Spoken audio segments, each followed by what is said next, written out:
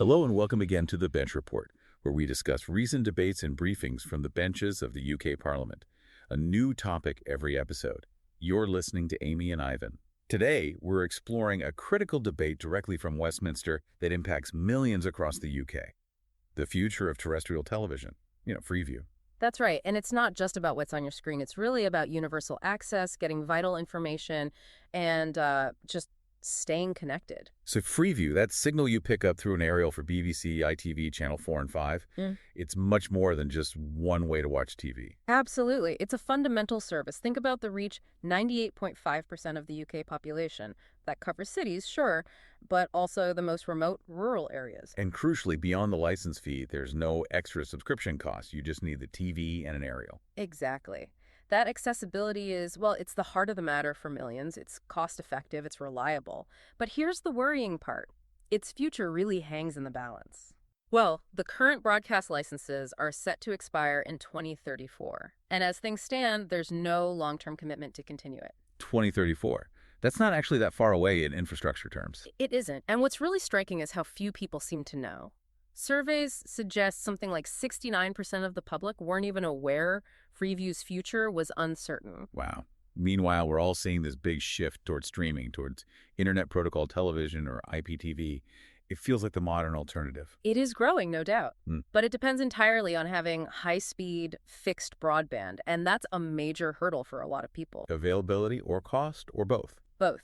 There are estimates suggesting 5.5 million premises might still not have taken up high-speed broadband by 2040. And then there's the cost. Citizens Advice found 1 million people canceled their broadband in 2022 simply because they couldn't afford it. That immediately flags up a potential, a widening digital divide, doesn't it? It certainly does. And consider reliability, too. Freeview is known for being very stable, close to 99% uptime. Whereas broadband Outages are common.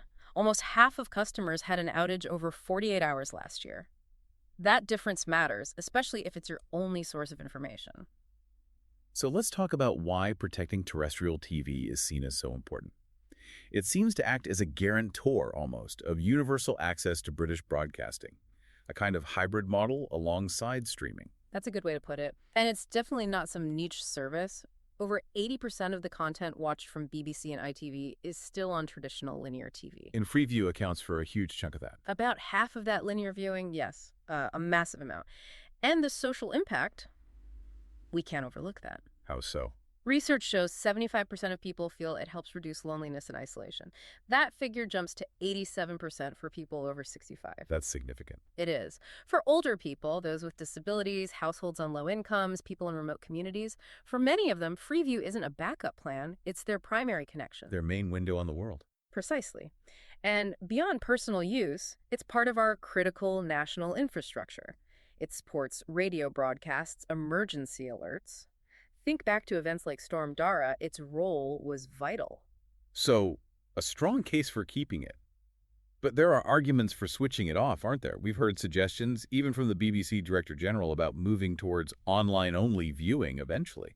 Yes, that argument exists. The main points are freeing up valuable radio spectrum, those airwaves used for mobile data, emergency services, and so on. And potentially cost savings for broadcasters. Potentially. Terrestrial broadcasting is currently less than 3% of the license fee.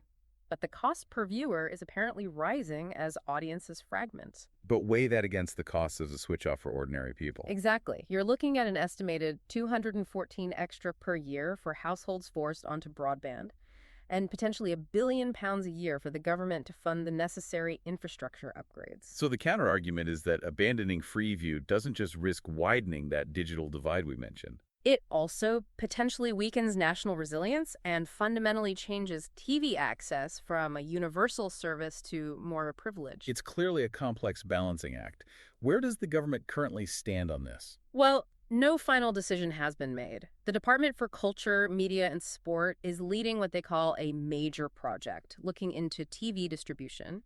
And their stated aim. A strong commitment to maintaining universal access. They've set up a stakeholder forum. Bring together Ofcom, industry representatives, but also, crucially, audience groups, organizations like the Digital Poverty Alliance, the Rural Services Network, Silver Voices, people representing those most likely to be affected. So they're gathering evidence, discussing solutions before any decisions are made. That's the plan.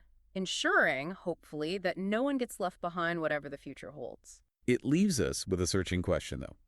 Given that terrestrial TV is clearly more than just entertainment, it's news, community connection, emergency information, what does its potential disappearance tell us about the real cost of what we call digital progress? And who ultimately bears that cost? As always, find us on social media at BenchReport UK.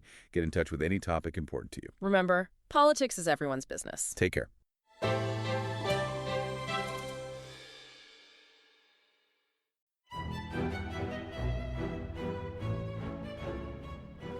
Hello there, this is Tom, the producer of The Bench Report. Listener suggestions are vital to my mission of making politics more accessible and accountable. So, if you have an issue that's really important to you, personally or professionally, and want to know what those in power are doing about it, please get in touch via email or via our socials at Bench Report UK. I'll grab another coffee and start scanning those parliamentary archives.